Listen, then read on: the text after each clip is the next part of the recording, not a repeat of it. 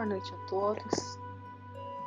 Vamos então nesses instantes serenando os nossos corações, nossos pensamentos. Vamos imaginando o salão Bezerra de Menezes, casa de Fabiano. Vamos nos imaginando sentados ali, recebendo as bênçãos, o auxílio desses espíritos amorosos que estão a nos assistir.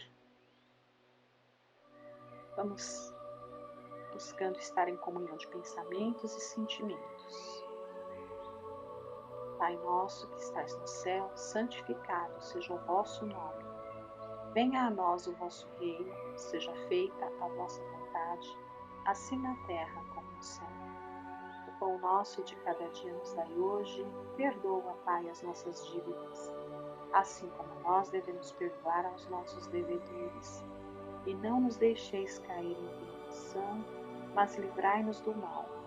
Que assim seja, graças a Deus e graças a Jesus. Bom, então, dando continuidade às nossas reflexões, a gente vai começar aqui hoje o capítulo 4 do Evangelho segundo o Espiritismo. Ninguém pode ver o reino de Deus se não nascer de novo. E hoje a gente vai fazer aqui a leitura das passagens dos textos evangélicos e de algumas passagens assim, até do Antigo Testamento também, né, que falam, que tratam, né, de reencarnação.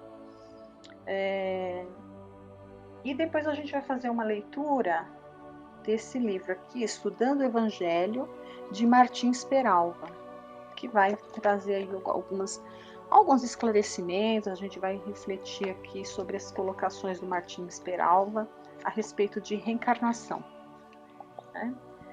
Então vamos começar com a leitura dos textos evangélicos, dos textos bíblicos, né? Mas eu tô lendo aqui do próprio Evangelho segundo o Espiritismo, que Kardec já fez todo o trabalho de reunir, né, neste capítulo os textos referentes a esse assunto. Então, olha aqui, vamos. E veio Jesus para os lados de Cesareia de Filipe e interrogou seus discípulos, dizendo: Quem dizem os homens que é o Filho do Homem? E eles responderam: Uns dizem que é João Batista, mas outros que é Elias, e outros que Jeremias ou alguns dos profetas. Disse-lhe Jesus: E vós, quem dizeis que sou eu? Respondendo, Simão Pedro disse: Tu és o Cristo, filho do Deus vivo. E respondendo, Jesus lhe disse: Bem-aventurado és, Simão, filho de Jonas, porque não foi a carne e o sangue que te revelaram isso, mas sim meu Pai que está nos céus. Está em Mateus, no capítulo 15. Há um outro extraído aqui de uma outra parte do Evangelho. E chegou a Herodes, o tetrarca, notícia de tudo o que Jesus obrava, e ficou como suspenso, porque diziam uns: é João que ressurgiu dos mortos. Então, querendo dizer que era João Batista, né? E outros: é Elias que apareceu. E outros: é um dos antigos profetas que ressuscitou. Então disse Herodes: Eu mandei degolar a João. Quem é, pois, este de quem ouço semelhantes coisas? E buscava ocasião de o ver. Isso está em Marcos e em Lucas, né? Aí aqui também tem uma outra passagem que aconteceu após a transfiguração, né? Tá registrado, né? Que após a transfiguração, o que foi a transfiguração? Foi, né, abrindo um parênteses, foi um momento em que Jesus dá um vislumbre ali para os seus discípulos, né, para os apóstolos, para alguns poucos ali.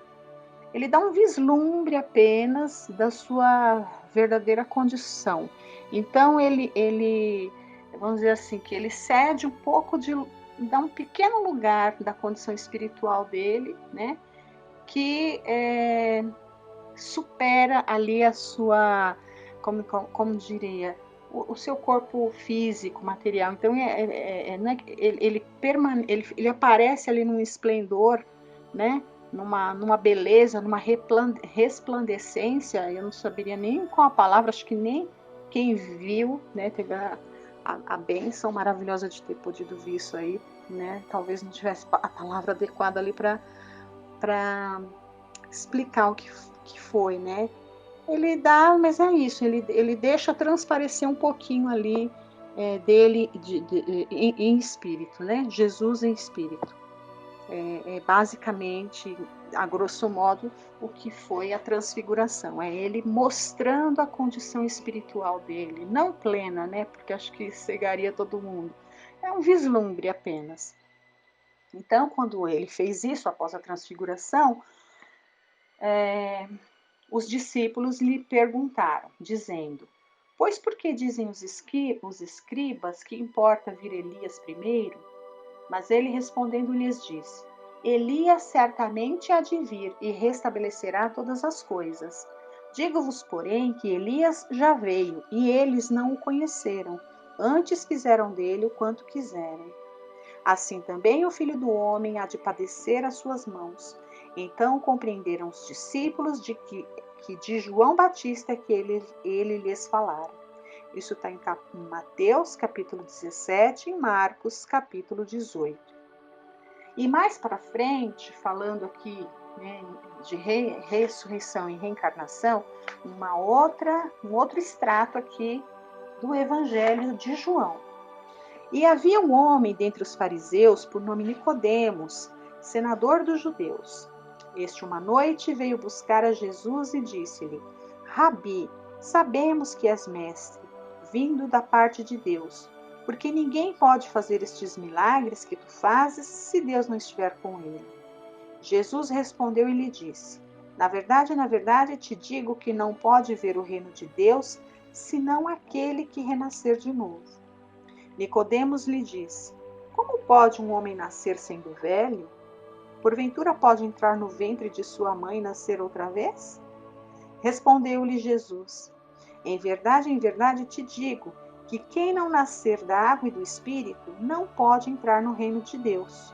O que é nascido da carne é carne, e o que é nascido do Espírito é Espírito. Não te maravilhes de eu te dizer que importa-vos nascer de novo. O Espírito sopra onde quer, e tu ouves a sua voz, mas não sabes de onde ele vem nem para onde vai. Assim é todo aquele que é nascido do Espírito. Perguntou Nicodemos: Como se pode fazer isto? Respondeu Jesus: Tu és mestre em Israel e não sabes estas coisas? Em verdade te digo que nós dizemos o que sabemos e damos testemunho do que vimos, e vós, com tudo isso, não recebeis o nosso testemunho. Se quando eu vos tenho falado das coisas terrenas, ainda assim não me credes, como creríeis se eu vos falasse das celestiais? Está em João, no capítulo 3. E mais para frente ainda, tem uma outra passagem. Veja, desde os tempos de João Batista até agora, o reino dos céus é tomado pela força, e os que fazem violência são os que o arrebatam. Porque todos os profetas e a lei, até João, profetizaram. E se vós o quereis bem compreender, ele mesmo é o Elias que há de vir. O que tem ouvidos de ouvir, que ouça. Mateus, capítulo 11.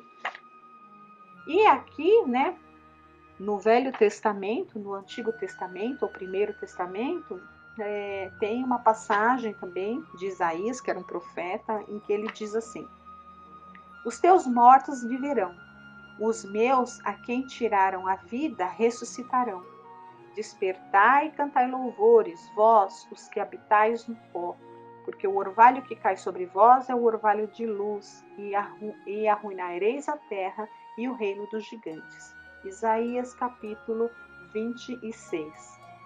E também tem uma outra passagem no Antigo Testamento de Job, né, que diz assim: Quando o homem morre uma vez, e seu corpo separado do espírito é consumido, em que se torna ele?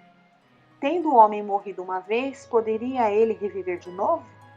Nesta guerra em que me encontro todos os dias de minha vida, estou esperando que chegue a minha mutação.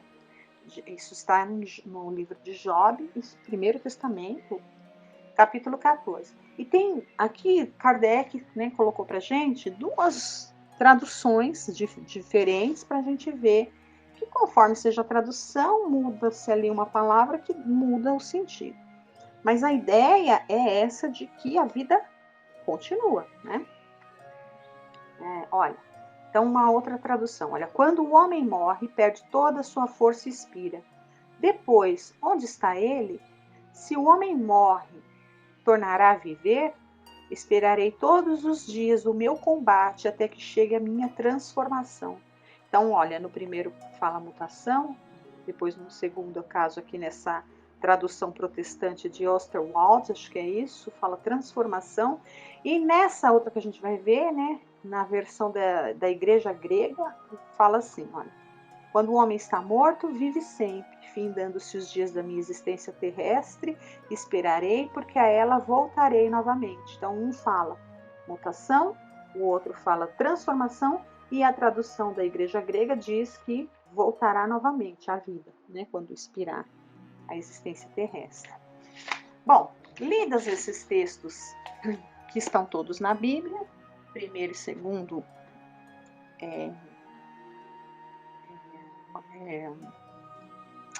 testamentos, né? Ou Antigo Testamento e Novo Testamento, porque a gente agora vai fazer uma leitura desse livro aqui, olha, Estudando o Evangelho, de Martins Peralva. E Martins Peralva, ele faz aqui um texto, primeiro ele vai fazer algumas narrativas para a gente de autores, de personalidades, né, de representantes de seitas ali antiquíssimas, muito antes de Cristo, que já falavam assim com a maior naturalidade da reencarnação, né? E ele vai falar depois do próprio Cristo, né? E a gente vai fazer assim essa leitura, né, com essa observação de que a reencarnação não é algo inventado aqui pela doutrina espírita, não foi Allan Kardec que inventou, que criou e tudo mais, né? Isso sempre existiu, isso é da lei da natureza, sempre existiu, né? E sempre existirá, enquanto existir a necessidade de estar evoluindo, os espíritos necessitarão estar reencarnando, né? Então vamos lá. Reencarnação e espiritismo. Necessário vos é nascer de novo. Não foram os espíritas que inventaram a reencarnação, palavra que grafamos com inicial maiúscula em homenagem de nossa alma agradecida à lei sábia e misericordiosa que projetou luz sobre o até então incompreendido problema do ser, do destino e da dor. Então é graças à reencarnação que a gente entende, né? De onde viemos, para onde vamos, o que estamos fazendo aqui na Terra e por que é que sofremos, por que é que uns sofrem, outros não. Na verdade, todos sofrem, né? É que a gente sempre acha que o nosso sofrimento é maior que o outro, do outro.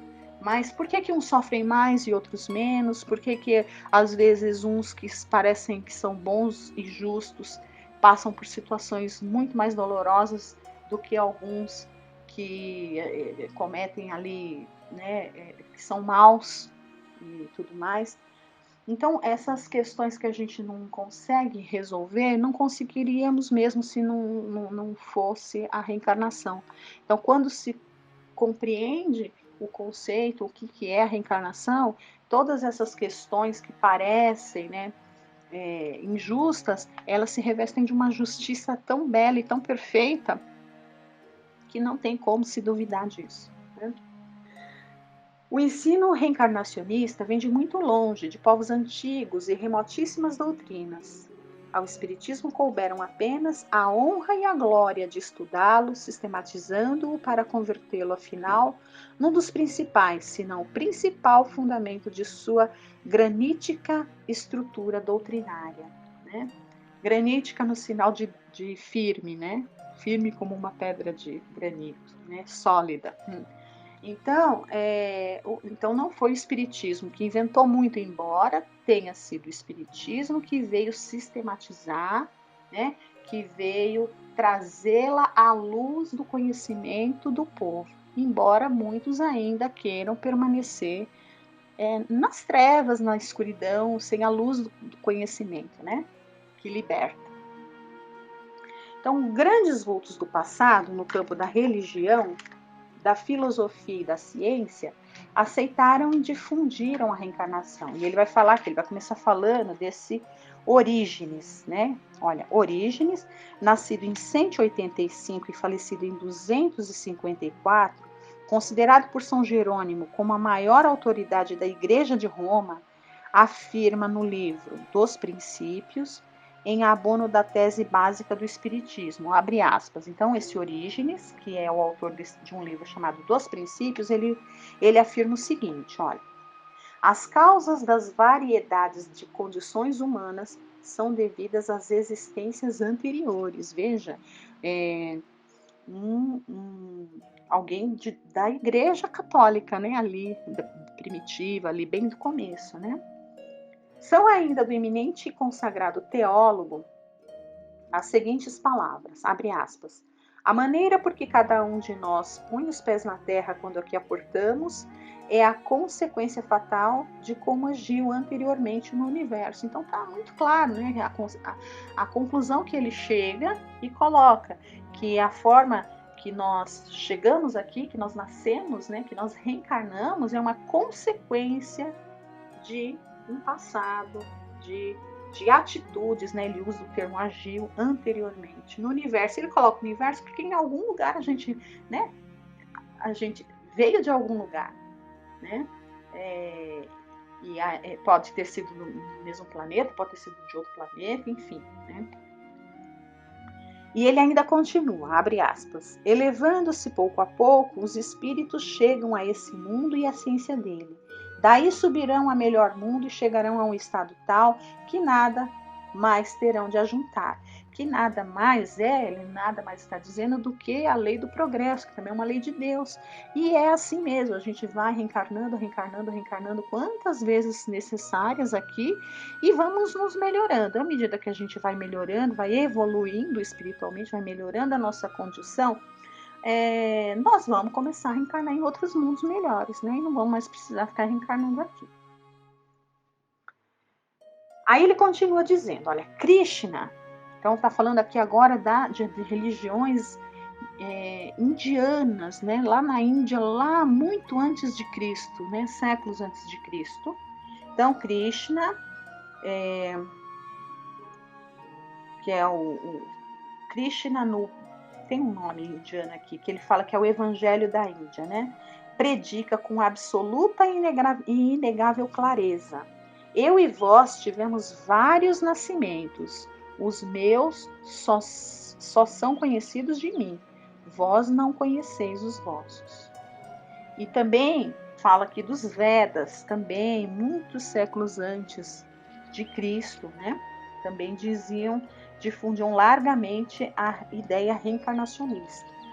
Buda também aceitava e pregava a reencarnação. Então veja que ali os povos do Oriente tinham isso assim como muito fácil, muito claro, né?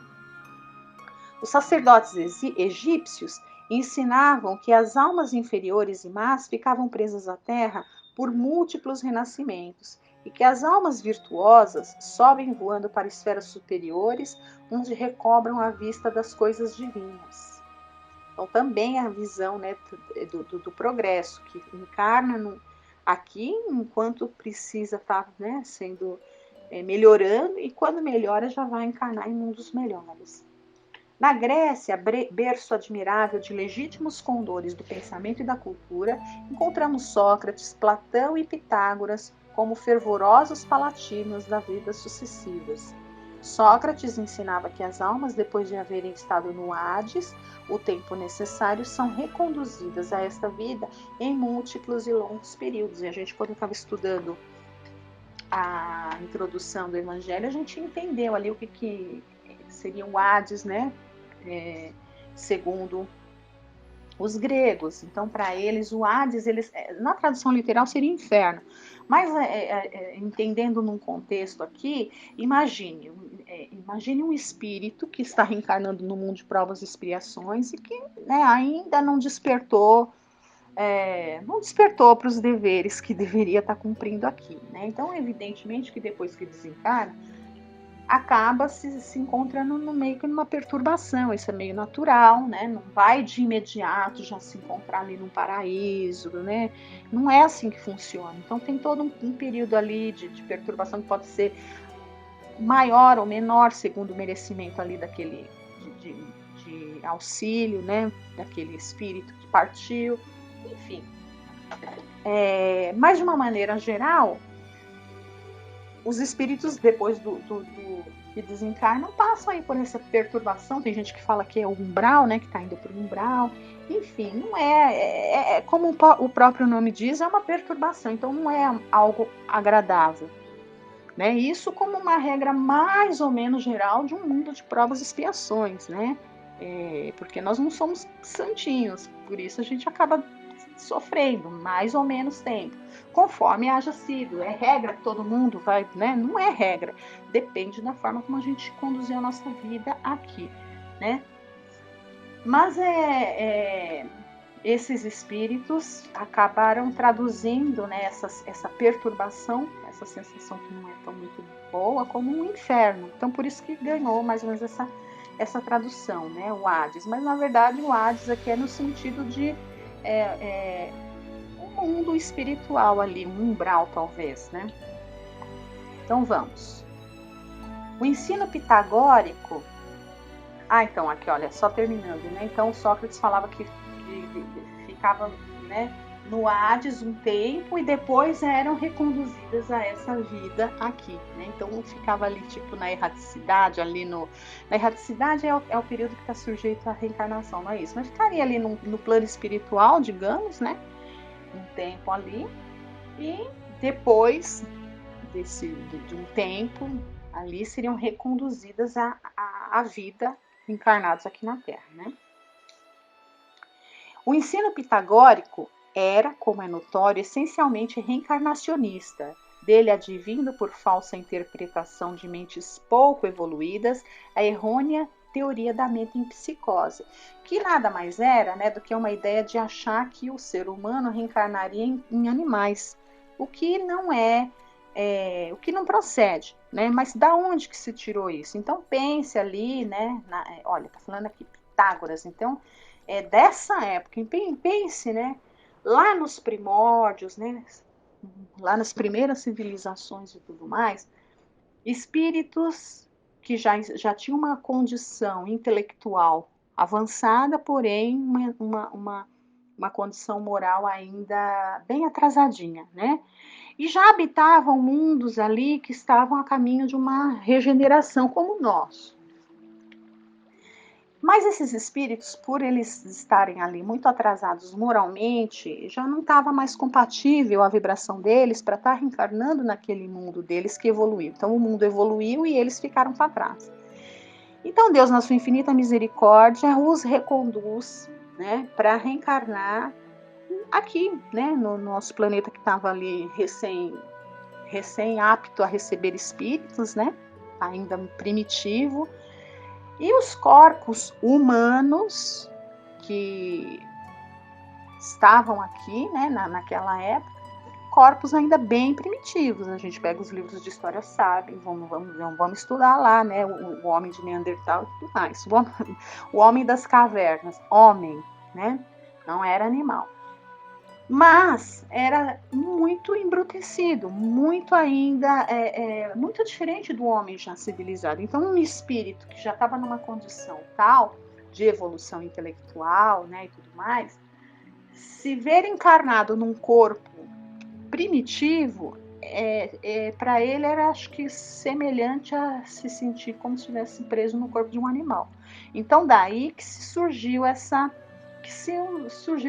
teoria da mente em psicose, que não procede, porque não reencarnamos em animais, reencarnamos em seres. O espírito humano reencarna sempre em corpos humanos, né? Porque caso contrário seria um regresso, e a lei de Deus é a lei do progresso e não a do regresso, né? Então vamos. Entre os romanos, Virgílio e Ovídio disseminavam os princípios reencarnacionistas.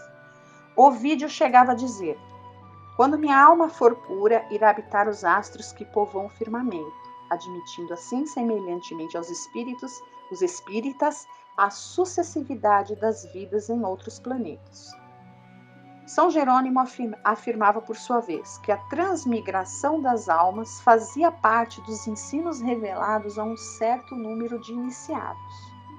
Deixemos, contudo, esses consagrados vultos, cuja opinião, embora respeitável e acatada, empalidece ante a opinião da figura máxima da humanidade, nosso Senhor Jesus Cristo. Então, antes do Cristo, todos esses falaram de uma maneira até bem clara sobre reencarnação, né?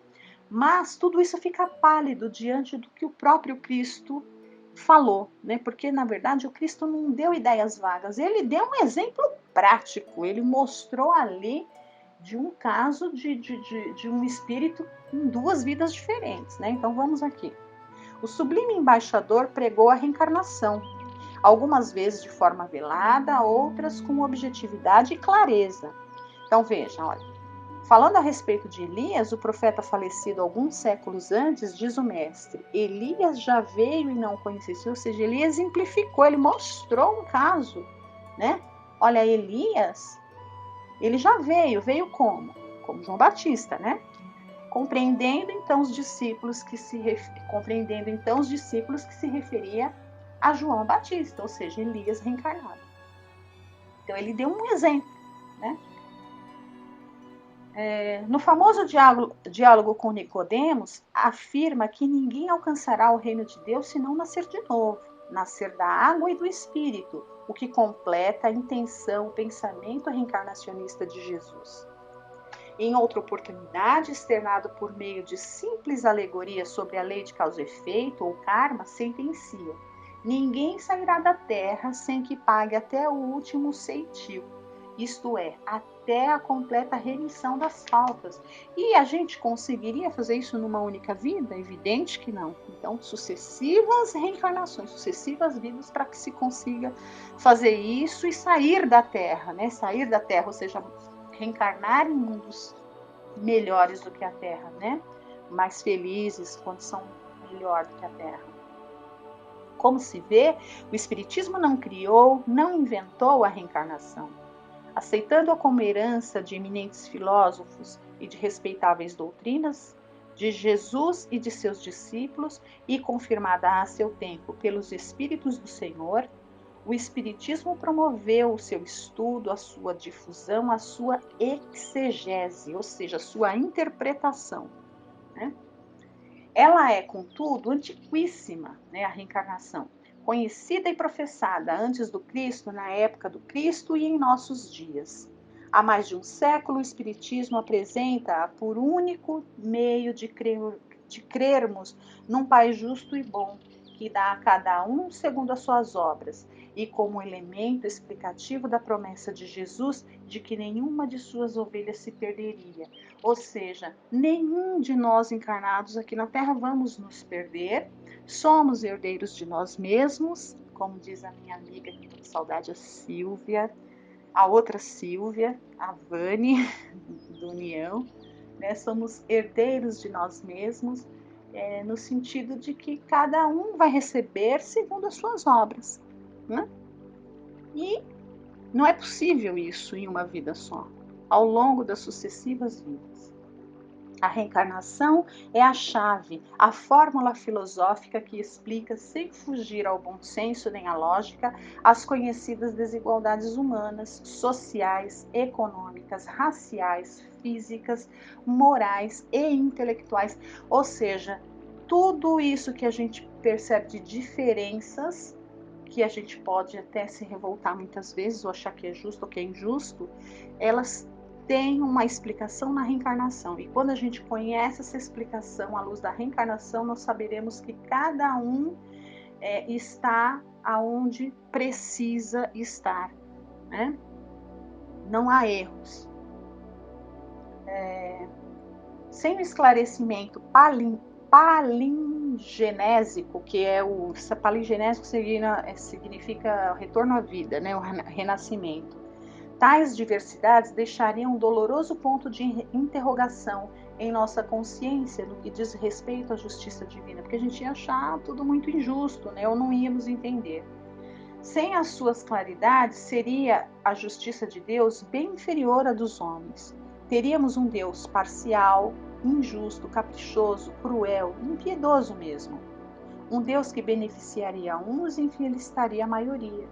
Com a reencarnação, temos justiça incorruptível, equânime, refletindo ilimitada bondade do Criador. Um Deus que perdoa sem tirar ao culpado a glória da remissão de seus próprios erros. Um Deus que perdoa, concedendo ao culpado tantas oportunidades quantas ele necessite para reparar os males que praticou. Com a palingenesia, né, que é o retorno à vida, o renascimento, a reencarnação, temos um Deus que se apresenta no altar de nossa consciência e no templo do nosso coração como Pai misericordioso e justo, um Pai carinhoso e magnânimo que oferece a todos os seus filhos os mesmos ensejos de redenção através das vidas sucessivas, neste e noutros mundos, mundos que são as outras moradas a que se refere Jesus no Evangelho. Tantas vidas quanto forem necessárias, porque o essencial e o justo é que nenhuma das ovelhas se perca. É muito lindo esse texto, né? Ele é um pouquinho longo, mas muito lindo.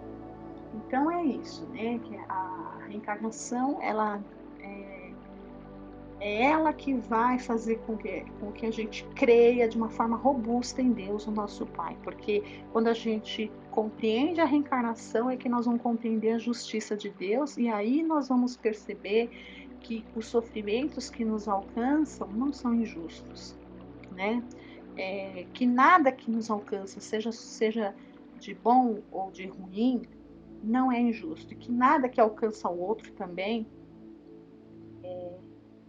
é injusto, né? Então está tudo dentro do quadro da lei de causa e efeito, né? Está tudo encadeado, essa existência com existências passadas e com as existências futuras, né? Nós como lembrando mais uma vez a minha companheira Silvia, né? Somos herdeiros de nós mesmos. Então as experiências que nós vamos passar, elas são programadas segundo as ações que a gente tem hoje, né? E como consequência de ações que tivemos também ali no passado. Bom, então que Deus nos abençoe a todos. E agora nós vamos ficar com a minha outra companheira querida, Silvia Belotto, que vai falar agora sobre o Livro dos Espíritos. Fiquem com Deus e até a próxima semana. Obrigada.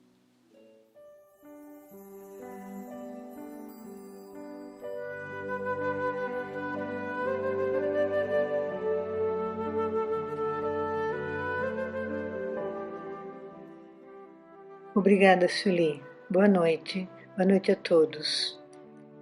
Agora nós vamos começar no Livro dos Espíritos, o capítulo 4, que fala sobre a pluralidade das existências, e nós vamos ver hoje os itens 1 e 2. O 1 fala sobre da reencarnação, e o 2 é sobre a justiça da reencarnação. Então, da reencarnação, a questão 166. A alma que não atingiu a perfeição durante a vida corpórea, como acaba de depurar-se? Resposta: submetendo-se à prova de uma nova existência. Questão 166A. Como ela realiza essa nova existência? Pela sua transformação como espírito? Resposta: ao se depurar, a alma sofre sem dúvida uma transformação, mas para isso necessita da prova da vida corpórea. Questão 166b. A alma tem muitas existências corpóreas? Resposta: sim, todos nós temos muitas existências. Os que dizem o contrário querem manter-vos na ignorância em que eles mesmos se encontram. Esse é o seu desejo. Questão 166C. Parece resultar desse princípio que, após ter deixado o corpo, a alma toma outro, dito de outra maneira, que ela se reencarna em novo corpo. É assim que se deve entender? Resposta: é evidente. Então, na parte 2 do Livro dos Espíritos, vamos fazer um resumo. Na parte 2 do Livro dos Espíritos, está sendo tratado o assunto do mundo espírita ou dos espíritos. No capítulo 1, estudamos sobre os espíritos, a origem deles, sua forma, seus diferentes graus evolutivos. No capítulo 2, vimos sobre a alma, a ligação da alma ao corpo e sobre os diferentes entendimentos da palavra alma, no materialismo, no panteísmo e no espiritualismo, e os detalhes que podemos conhecer sobre a alma através do espiritismo. No capítulo 3, vimos sobre o desencarne. Agora, no capítulo 4, estaremos vendo sobre as encarnações, os mundos em que elas ocorrem, a necessidade das reencarnações e certos aspectos da vida de encarnado. As questões de número 166 esclarecem certos aspectos da reencarnação necessárias para o aperfeiçoamento do espírito. E para isso ela precisa ter um corpo. Ela não terá apenas um corpo, pois a cada nova fase de aprendizado ela terá um novo corpo. Em outras palavras, cada fase, neste caso, é cada uma das encarnações que ela terá. E terá um novo corpo a cada uma delas. Questão 167. Qual é a finalidade da reencarnação? Resposta: expiação, melhoramento progressivo da humanidade. Sem isso, onde estaria a justiça? Então, nessa questão, o Espírito nos diz que a finalidade da encarnação é a expiação, melhoramento da humanidade, ou seja, através das encarnações, passamos pelas consequências de nossos atos bons ou maus que praticamos, para que possamos aprender, desenvolver o amor que Jesus veio nos ensinar, como de perdoar sempre, responder com bondade diante da maldade. Não é um castigo, é uma consequência de uma prática que foge à lei do amor ensinada pelo Cristo, para que possamos aprender. O bem deve prevalecer. Quando todos ou a maioria praticarem a lei do amor, a terra será bem diferente de hoje. Não haverá miséria, sofrimentos e todos nos trataremos como irmãos e nos respeitaremos uns aos outros sempre. E se houver alguém se tiver alguém a pensar na prática do mal, não terá incentivo e nem coragem, pois o mal será a grande minoria. A questão 168. O número das existências corpóreas é limitado ou o espírito se reencarna perpetuamente? Resposta: a cada nova existência, o espírito dá um passo na senda do progresso. Quando se despojou de todas as impurezas, não precisa mais das provas da vida corpórea. Vemos que existe um tempo que o espírito não precisará mais reencarnar porque já venceu todas as etapas evolutivas, mas são muitas as encarnações em diferentes fases evolutivas para chegar a esse grau. Conforme a fase evolutiva, o espírito precisará viver em outro planeta mais avançado para estar evoluindo. E isso acontece muitas vezes. Ou, se ele erra demais e persiste no erro, pode ir a um planeta mais atrasado, até que renove seus pensamentos, seus sentimentos e atos. Questão 169. O número das encarnações é o mesmo para todos os espíritos em geral? Resposta: não. Aquele que avança rapidamente se poupa das provas. Não obstante, as encarnações sucessivas são sempre muito numerosas, porque o progresso é quase infinito. Então somos diferentes, não é mesmo?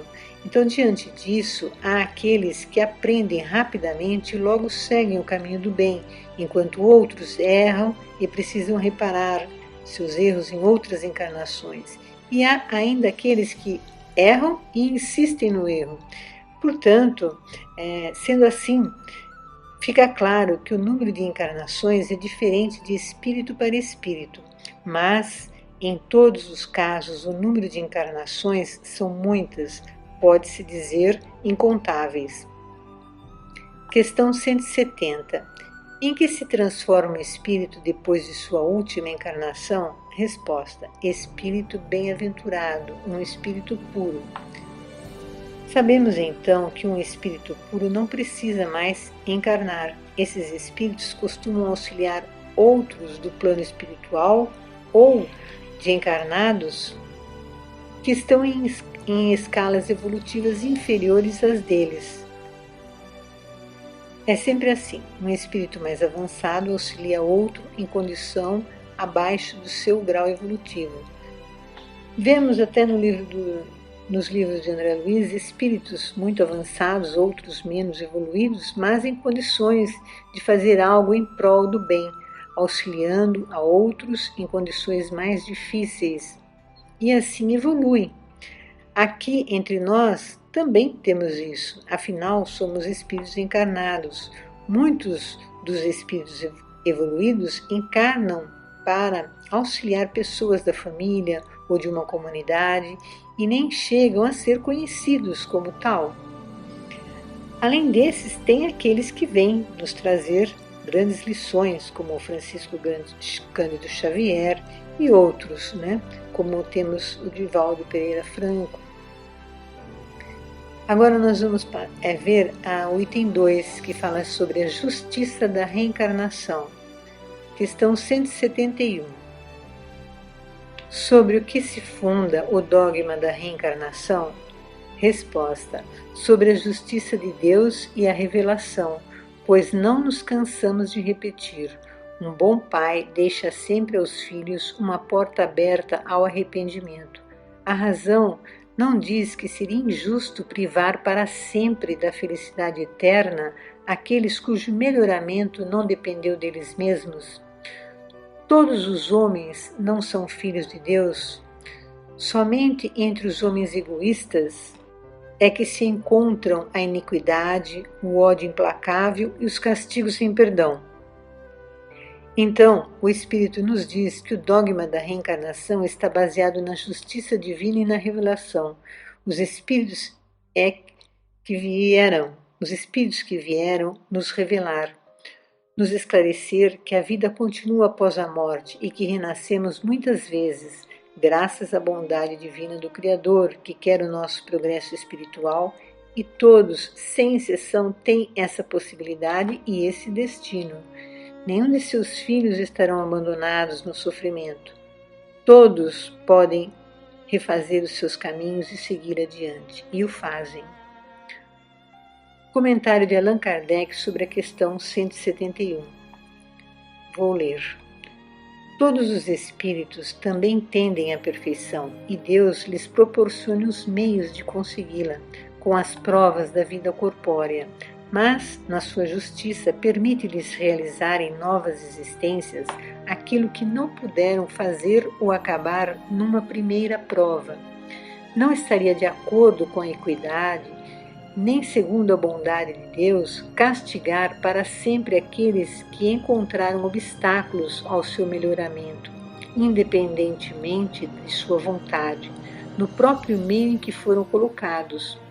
Se a sorte do homem fosse irrevogavelmente fixada após a morte, Deus não teria pesado as ações de todos na mesma balança e não os teria tratado com imparcialidade. A doutrina da reencarnação, que consiste em admitir para o homem muitas existências sucessivas, é a única que corresponde à ideia da justiça de Deus com respeito aos homens de condição moral inferior, a única que pode explicar o nosso futuro e fundamentar as nossas esperanças, pois oferece-nos o meio de resgatarmos os nossos erros através de novas provas. A razão assim nos diz, e é o que os Espíritos nos ensinam. O homem que tem a consciência da sua inferioridade encontra na doutrina da reencarnação uma consoladora esperança. Se crê na justiça de Deus, não pode esperar que, por toda a eternidade, haja de ser igual aos que agiram melhor do que ele. O pensamento de que a inferioridade não o deserdará para sempre do bem supremo e que ele poderá conquistá-lo através de novos esforços, o ampara e lhe reanima a coragem. Qual é aquele que, no fim de sua carreira, não lamenta ter adquirido demasiado tarde uma experiência que já não pode aproveitar? Pois essa experiência tardia não estará perdida, ele a aproveitará numa nova existência. Kardec explica que a reencarnação propicia o aperfeiçoamento do espírito, desenvolvendo todas as suas potencialidades de progresso espiritual.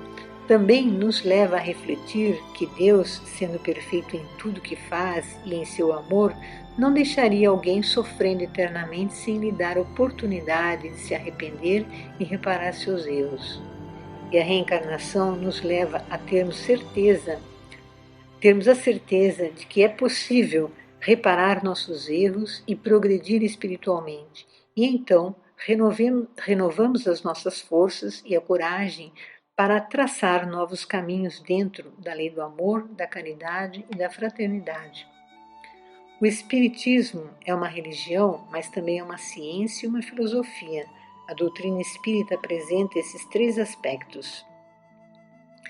Sendo que seu início se deu com observações de fenômenos que hoje chamamos de mediúnicos e dos estudos dessas observações realizados por Allan Kardec e outros, porém sistematizados por ele, portanto, se inicia como ciência de onde se chega a uma filosofia e uma religião cristã. Kardec escreve em A Gênese, no capítulo 13, item 18, sob o título de O Sobrenatural e as Religiões, abre aspas, o Espiritismo considera de um ponto mais elevado a religião cristã, dá-lhe base mais sólida do que a dos milagres. As imutáveis leis de Deus, a que obedecem assim o princípio espiritual como o princípio material. Essa base desafia o tempo e a ciência, pois que o tempo e a ciência virão sancioná-la. Fecha aspas. Vemos aqui que a religião acompanha o desenvolvimento da ciência, ambas se completam. Os ensinamentos do Cristo são melhores compreendidos. Aquilo que é chamado de milagres são fenômenos que estão dentro de leis que regem o universo e que são leis de Deus, e os ensinos do Cristo são melhores compreendidos.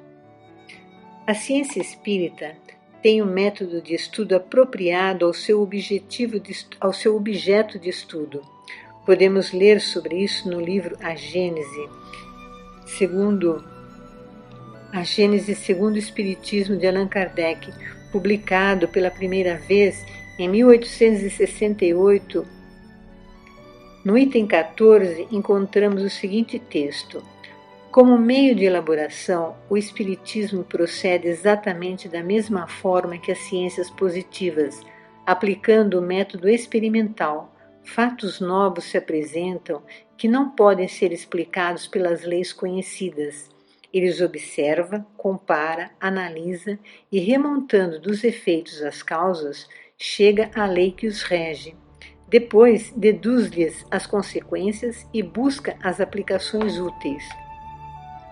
Não estabeleceu nenhuma teoria pré-concebida, assim, não apresentou como hipóteses a existência e a intervenção dos espíritos, nem o perispírito, nem a reencarnação, nem qualquer dos princípios da doutrina. Concluiu pela existência dos espíritos, quando essa existência ressaltou evidente da observação dos fatos, procedendo de igual maneira quanto aos outros princípios.